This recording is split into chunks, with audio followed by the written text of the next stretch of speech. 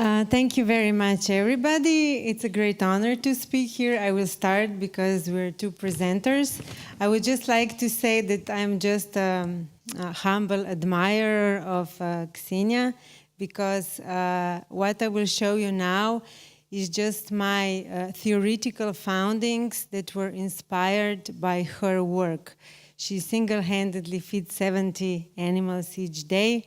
So she will have to go quickly to help a bull currently in Slovenia. So if you want to talk to her, she will go tomorrow morning back to Slovenia, to the farm, just that you know. And my introduction then to her practical work is some of the things that we show in various venues, and we try to discuss them and problematize them. So I don't know if you know about this picture. It's a very famous historical picture. It's about notorious slaughter of Native American bison herds in the 19th century. And I think it's a symptom of a consumerist society that views animals as a profit. This is a quote from the Bible. And I think this is also one of the reasons how this quote was, of course, used and that the nature became a mall. These are just some pictures that I would like to show you, because through such comparisons, behind each of these pictures, of course, there is a lot of theoretical work, but I can't explain them right now. Because there is not enough time. I would just like, even if we go to the history of our European society, we see how meat was depicted in the past. We see this realism with blood. I mean, it's very, light is not good, but you can see blood on the animals and how these were presented, and we see it how it's now. And oh yeah, I agree with you, the dog. Yeah, because he saw his friend. And what I try to present, and what Ksenia's work with animals inspired me, is that I never say that we don't help just animals, we are helping ourselves, because what's happening to animals is also happening to humans. And one of the things is also like this chipping, which is happening, and it first started with the animals. And then, of course, my colleagues, anthropologists in India, are extensively researching surrogacy. And the same thing, of course, is happening also with the animals. You have farms of women breeding for others, it's the same as the animals. So this is life as a commodity. And of course, we see what's happening with the cows, and we know what's happening in many corporate cultures. I was just talking with a colleague, anthropologist. He has a master's degree, but he's working in Greece for multinational companies where there are no workers' rights. If you are sick, if you get pregnant, if you have psychological problems, you're immediately discharged. The same is happening with the animals. And this is also something that is happening currently in Slovenia. I'm also reporting about this as a reporter in the retirement homes, elderly homes. There are deaths happening. It happened to my grandmother. So older people are used as a commodity, killed or experimented on medically. And we also know the same is happening with the animals every day. Another thing that I wrote an extra article about is cannibalism. I don't know if you noticed, but the last year in pop culture, cannibalism was heavily promoted in art films. This was, I think it's Santa Clara diet. It's Drew Barrymore eating human flesh, and then we will talk about this again. And of course, we know about cannibalism in caged animals. I would argue that consuming just pretends to create identity and meaning. We can't say it truly does. And I would say that most of us, the way we live, are actually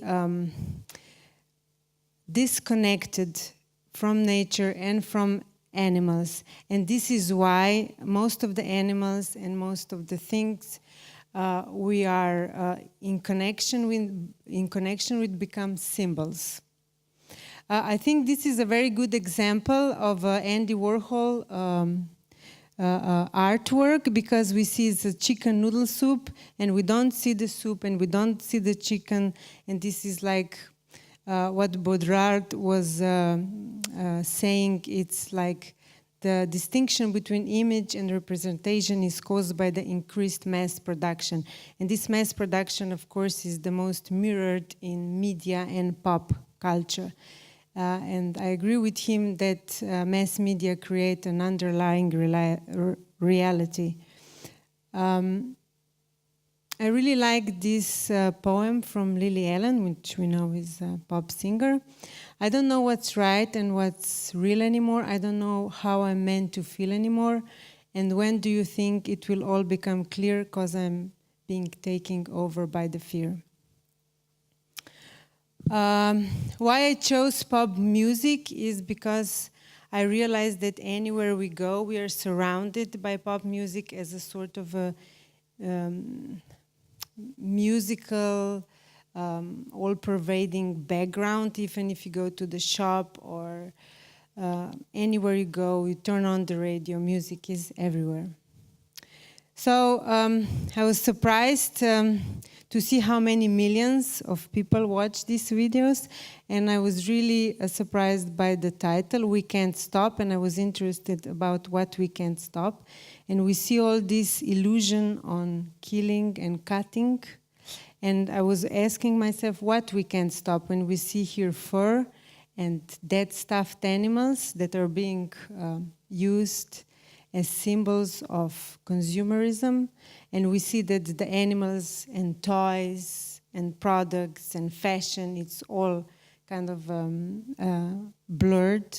There is no distinction, and these mirrors, they create another illusion. And this is another thing I was talking about cannibalism before. This is Katy Perry and Bon Appetit, and we see human flesh and being cooked as fun and branded, and then people being slaughtered and killed and then served. Bon appetit. And I would say that also this what Radiohead band said, I'm not here, this is not happening. This was my impression as well. I would say that this media culture removes us from our needs and bodies, the reality, something that then Ksenia in her sanctuary faces every day. I would like to return to the first picture with this big, how would I say, pile of skulls of bisons. And we can see that the genocide of animals then led to the genocide of the people, Native Americans, on the Turtle Island, which is the name of the United States of America, the original name. And we can, I think, all agree that consumerist culture is a culture of a permanent genocide, and that our current cosmology is without connection to the nature. And I found another video which was very popular, I think last year or something like this. Almost 900 million, almost billion people saw it. And I was looking at the lyrics, and it was a room without the roof. And then I realized it's a really strong symbol, because we all say we need a roof above our head, animals and humans, but this song promotes being happy as a room without the roof. So what is a room without the roof? It's a wall. So we are actually living in a society when we are separated by the walls from nature, from animals, from other people. I don't know if it's really about happiness to be clapped along with. This was also something in this video about happiness, and it was really interesting that I found that Cyclops actually mean they're the symbols of brutality and, again, cannibalism. The speaker before me was really excellent. She's also a scientist, and I agree with her about everything she said, and I think it's really the responsibility of science that enable this consumerism and this exploitation of non-humans and humans. Because it's the science that enables the big industry and horrific exploitation, and science that provides politics with argumentation, and it's the scientist that says who is more or less developed. I discovered this very interesting author, Adolf Portman, and he really stressed that each living being has the right to their individual self-expression and experience of life. But in the scientific community, he was heavily ostracized and ridiculed. He's very well described in this PhD dissertation, Animals as Moral Others. I think it's a very big question of today, who is actually free? Not just animals, but also humans. My observation would be that our relations are industrialized and full of aestheticized violence, which we can see mirrored in the pop culture. I was really moved also by this writing, which somehow appeals to the science and says that the end of the science should be that we accomplish more into the path of knowing and loving the world, not just vivisecting it or making it work to meet our needs and demands. And I will give now the word to Ksenia and her really pioneering work. In Slovenia, we were going around, as I said, in elderly homes and children gardens with rescued animals who are, as many people in science or in other fields of life, often feel unwanted. So I will give her the word.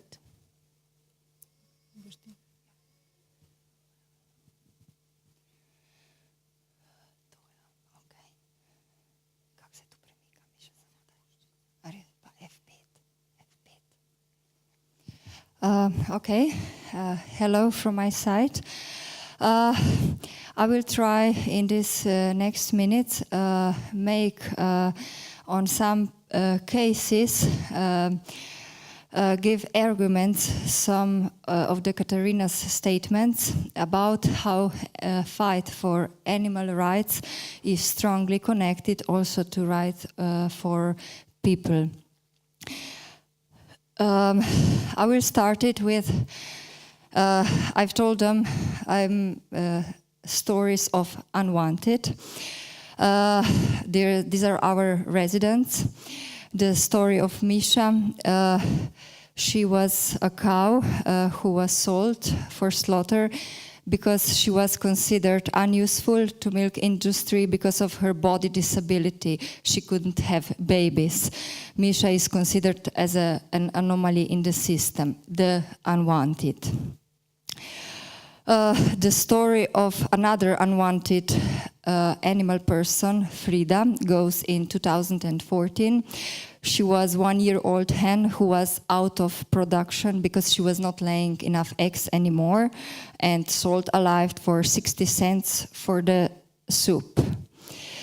The story of Stella goes in 2016. Stella jumped from the trailer on the way to slaughterhouse and broke her leg. With her broken leg, she meant to be slaughtered earlier than it was planned a week ago in the week. So I was passing by this road, and we took her in the car. The story of Mario, unwanted sheep, baby sheep, only a few weeks old.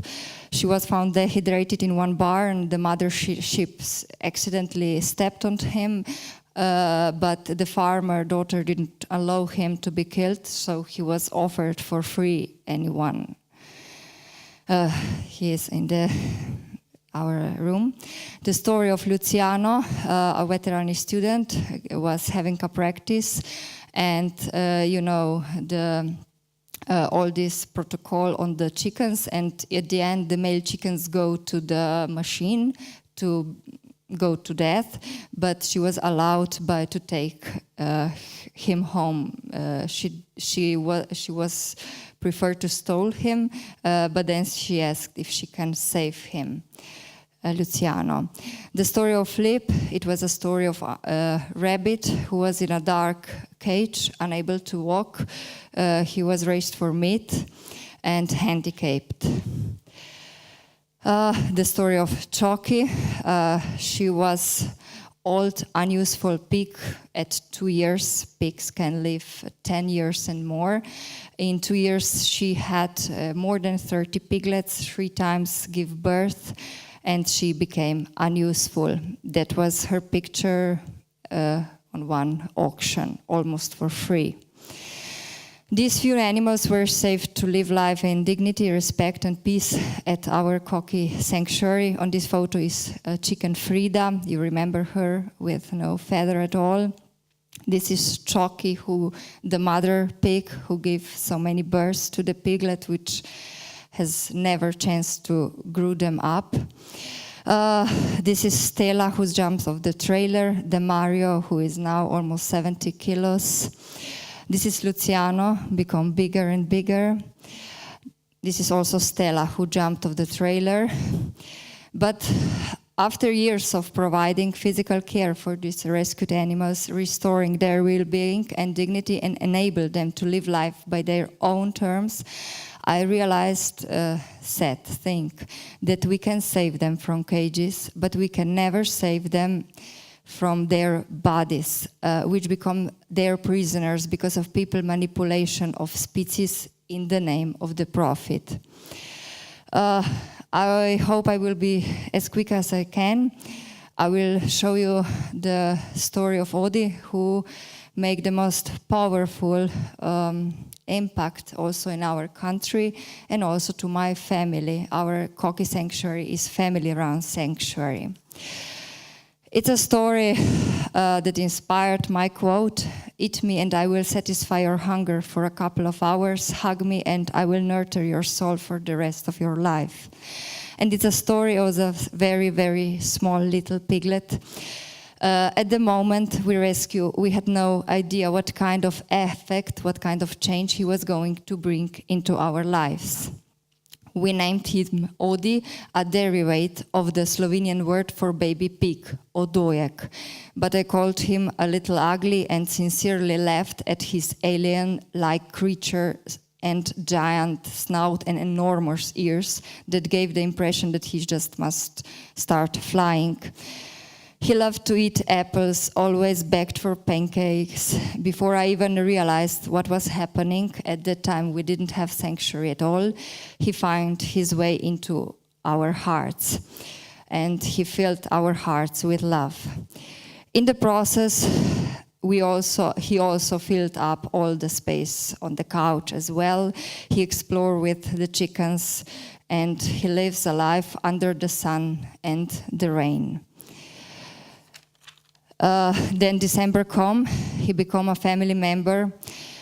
He took naps covered in blankets, stole pillows from the children, and for the moment of bliss, we were the happiest family on the planet. Then it happened. Odie almost overnight became paraplegic. He couldn't walk or stand anymore. He could just sit. Odie's body was like all pigs and other animals' bodies, manipulated to grow up fast in a short time. As we know, piglets are slaughtered when they are 6 months old. This is, if you compare pigs to dogs, this is when they are children. And the bones, the legs, couldn't hold that mass in such a short time. But we were shocked. It was Odie was the first pig in our country that has X-ray done. What was so sad is when we took him to vet, the veterinary took photos with mobile phones and of him because it was so interesting case. They had never have piglets to do X-ray, so they didn't even pay attention to his state at all at first. Then we realized that he cannot walk, but he has the life, the wish for the life in the eyes, and he accepted his new life. We treat non-humans the same as human persons. So a way of life, his life become even more tightly connected with us. We spent hours by his side as he was in our house. Sometimes he enjoyed light instrumental music. We'd gather around him. We were reading him. We started to make our world belonging to animals. When snow fell, we brought winter to him. Why do you need legs when in your mind you are capable to fly? When the spring come, we dig up some rats and vegetables and the ground, and the outdoors came to him because he couldn't go out to outdoors. And the summer sun was gentle touching him through the window. In 3 years, I had the pleasure of knowing him. He showed me the deepest depths of his soul, a privilege, I dare to say, I will never have the pleasure experience again to any human or non-human being. We have lost Odie this spring, but his mission to helping animals like him is continue. And that is where our sanctuary started as a pioneering work in our country.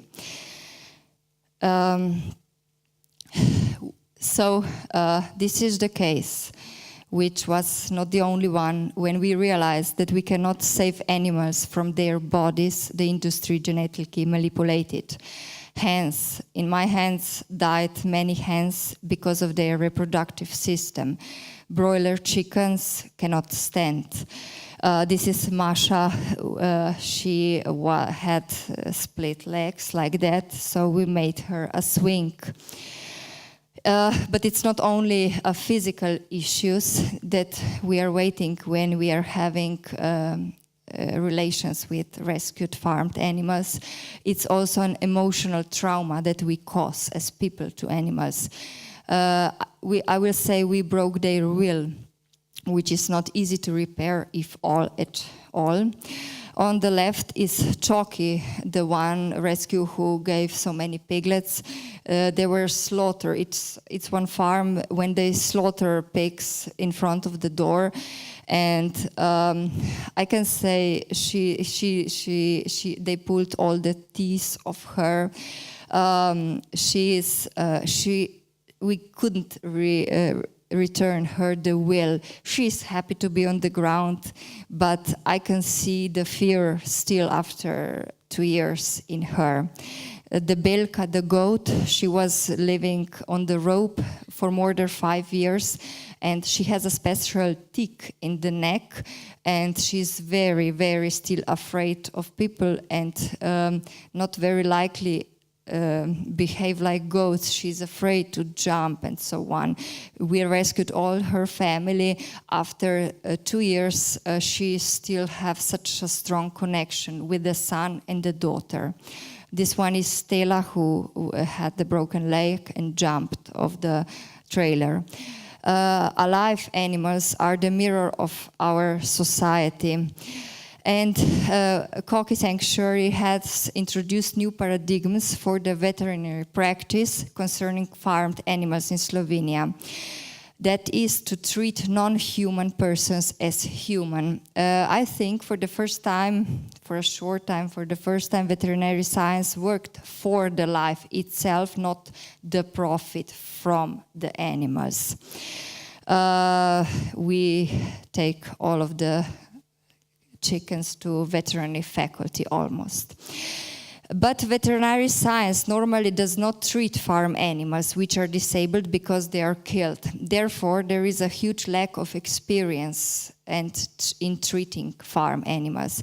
That is also why some vegans suggested Cocky Sanctuary to euthanize animals instead of taking care of them. We have many practical problems. If medicine is not suitable for human consumption, you cannot treat the animal with it legally. We do it, but you cannot. And sometimes the vets from veterinary school say, no, we will not treat it because they cannot. They don't want to break the law. Human needs are always before the life of an animal.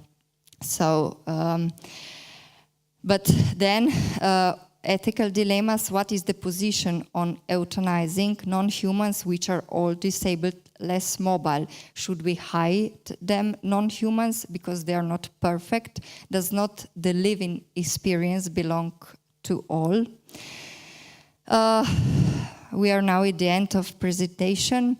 This is only a few things that we try to explain in such a short time.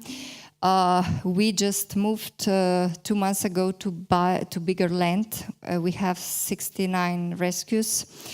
And if anybody hear the call to help, you are very, very welcome. I said I will tell that now.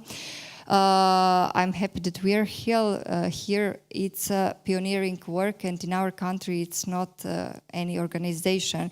If I'm very honest, 2 weeks ago, even in the whole Yugoslavia, in Serbia, we went to see one piglet because there is not such a group. So needed volunteers, but with experience are very, very needed. But I think we can, with our own practice, almost give many experience back.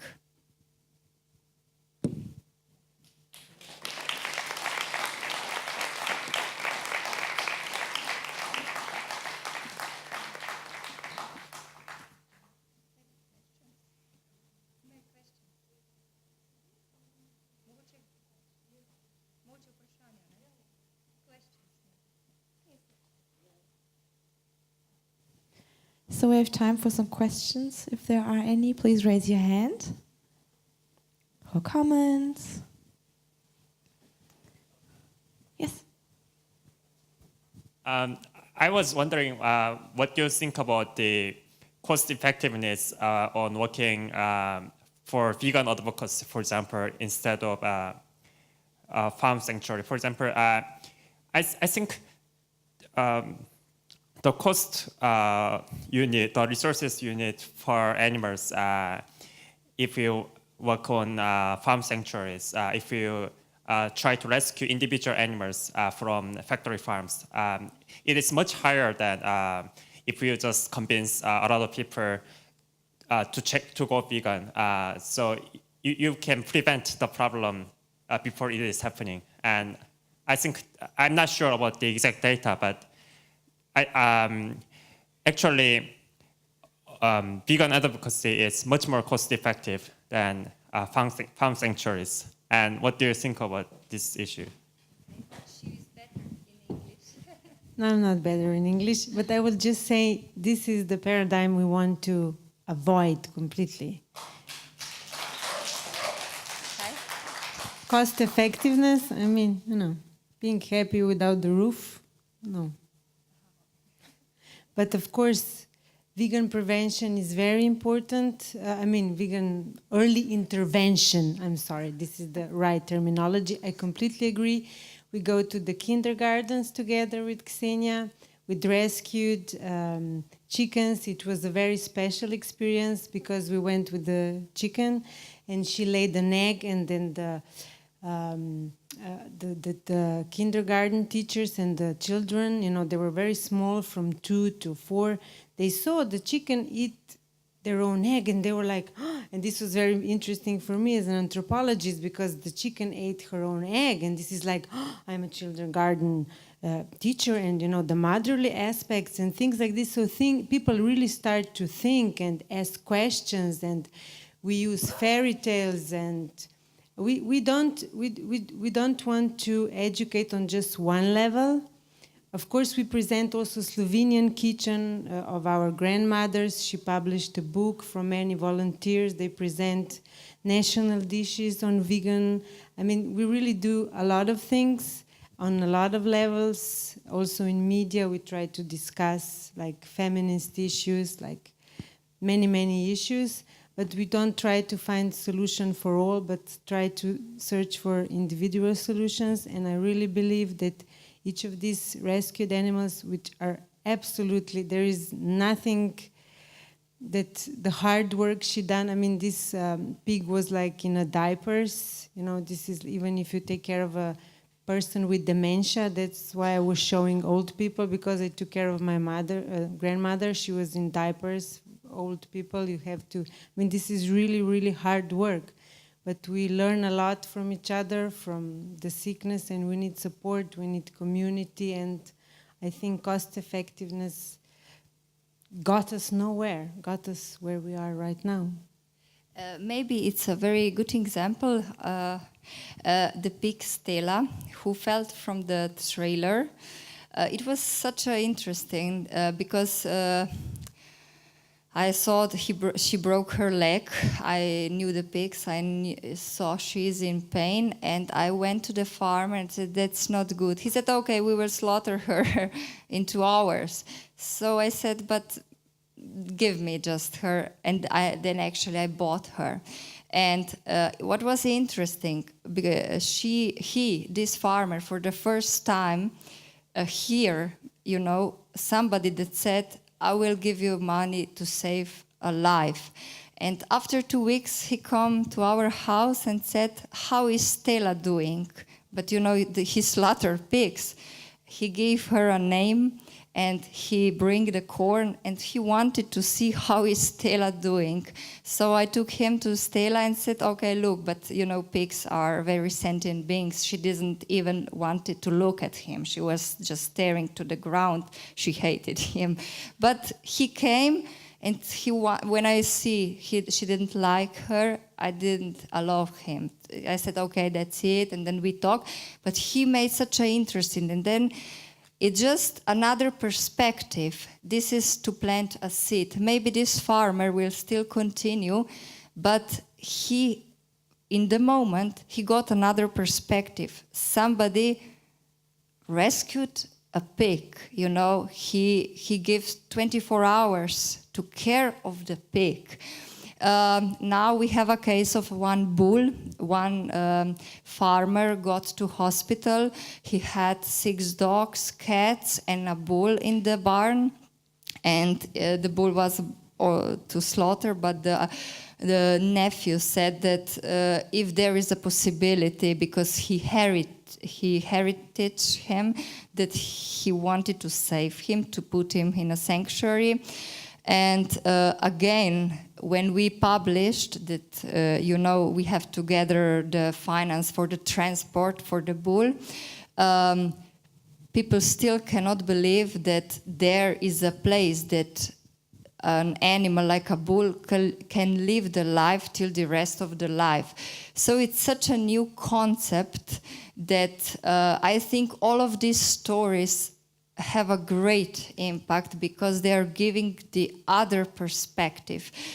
Even though now they don't change, but it's to give other perspective, just to open eyes, I think.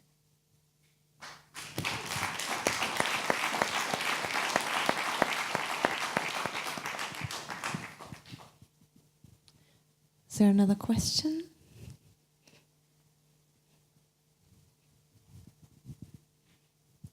Actually, not a question, but a remark.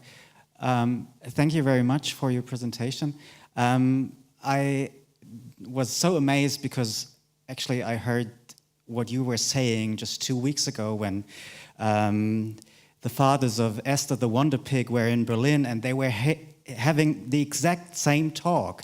And that's something that we have to be aware, that these situations, they happen all over the world. And it's actually really important that you do your work in Slovenia, because you have a regional context, you have a regional culture in which you are familiar with the experiences of farmers. So thank you very much for your presentation.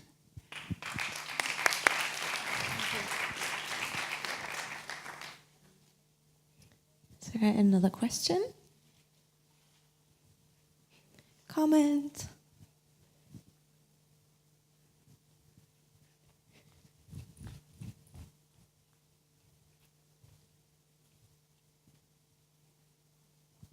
Yeah, just want to say something about vegan advocacy, kind of based on that first question about cost effectiveness, is that, you know, first, like they said, like these are lives that deserve to be saved regardless of cost effectiveness. But actually, I think farm sanctuaries and saving individual animals is actually one of the most powerful things we can do to promote veganism, because it gives us stories that really speak to people's emotions and, like you're saying, change people's perspectives. So I don't think there has to be any kind of dichotomy there, any, you know, either or, that we actually really need to be saving these individual animals and telling their stories to create a vegan world. And I hope maybe you've had some experiences with that.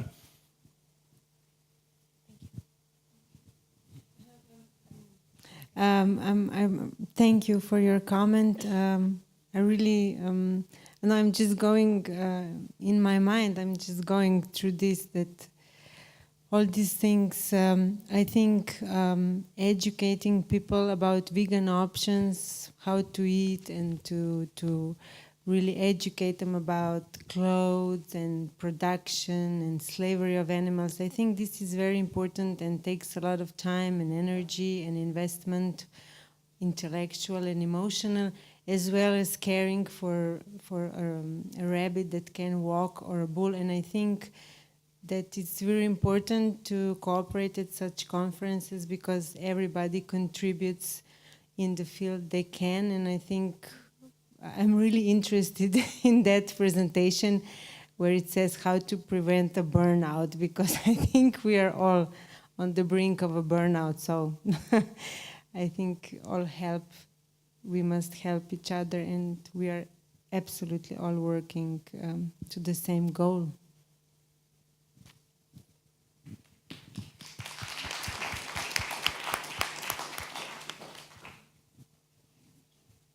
Are there any more questions from anyone?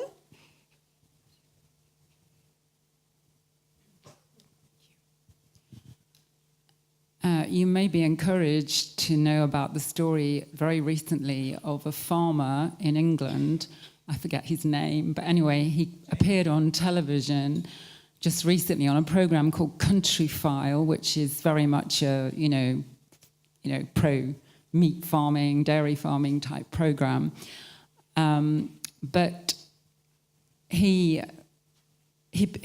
grew up on a beef farm, and he became a vegetarian because he realized, he loved the animals. But anyway, after about 30 years or more, he realized he couldn't do it anymore. And he, with the help of the Vegan Society and somebody else from the Vegan Organic Network, I think it is, he is going to change his farm. He's going to grow only plants, and his farm buildings, he's going to create a cafe and hopefully a vegan cookery school. But one of the most moving things was that his remaining cows, they've gone to the Hillside Animal Sanctuary in Norfolk, which is a very famous animal sanctuary in England.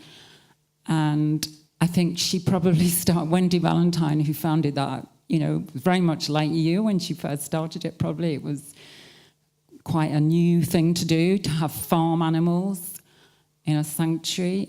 And anyway, he lost £50,000. He could have got £50,000 to sell his animals to go to slaughter. or to raise them for beef and eventually go to slaughter. And he decided not to do that. And that was very moving. And it was very powerful. And this program, the presenter at the end said, whatever you think about veganism, one can't help but admire his ethics and his commitment. And that was so moving. So, and I just hope that all these things will encourage other people. And I hope in Slovenia you soon have many more farm animal sanctuaries, such as is happening in other parts. So thank you so much. It was very moving to hear your stories.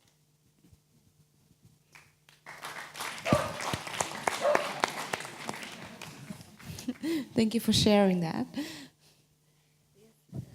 Maybe just to put some small conclusion, now when I hear this story, I realize, but on the other hand, when we are talking about sanctuaries, I think a lot of sanctuaries are growing up now in the world. I think it's like a trend, and we have to be very, very careful not to turn the sanctuaries into the petting zoos. I think this is very, very important. Yes, because then we have once again the animal like an object. I know for the sanctuaries there are hiding some disabled animals, not because of the dignity of the animal, but because people don't like to see such kind of animals. I've heard, I know the sanctuary who is cutting the lawn where chickens live.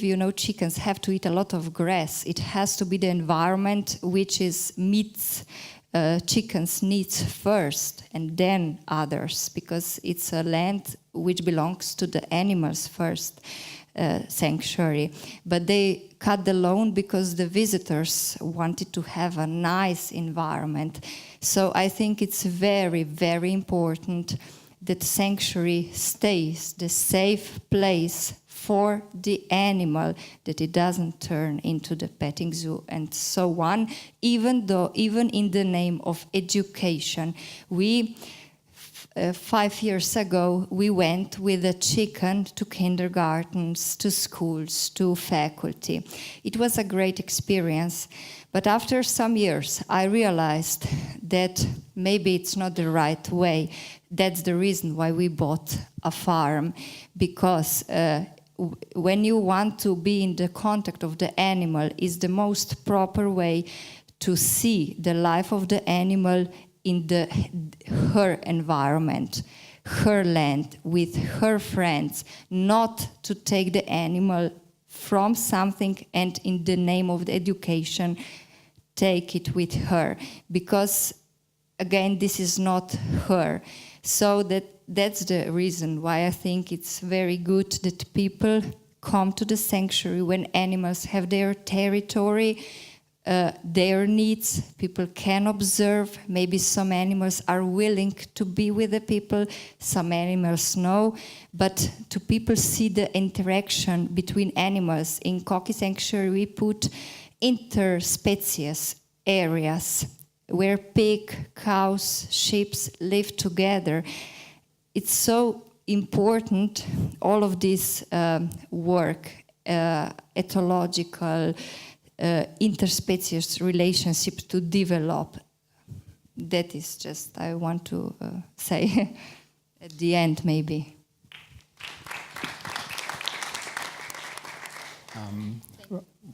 One more thing. I wanted also to ask of the volunteer thing, and are you in such a network like Woofing or Workaway? And do you have one or two good stories about the volunteers?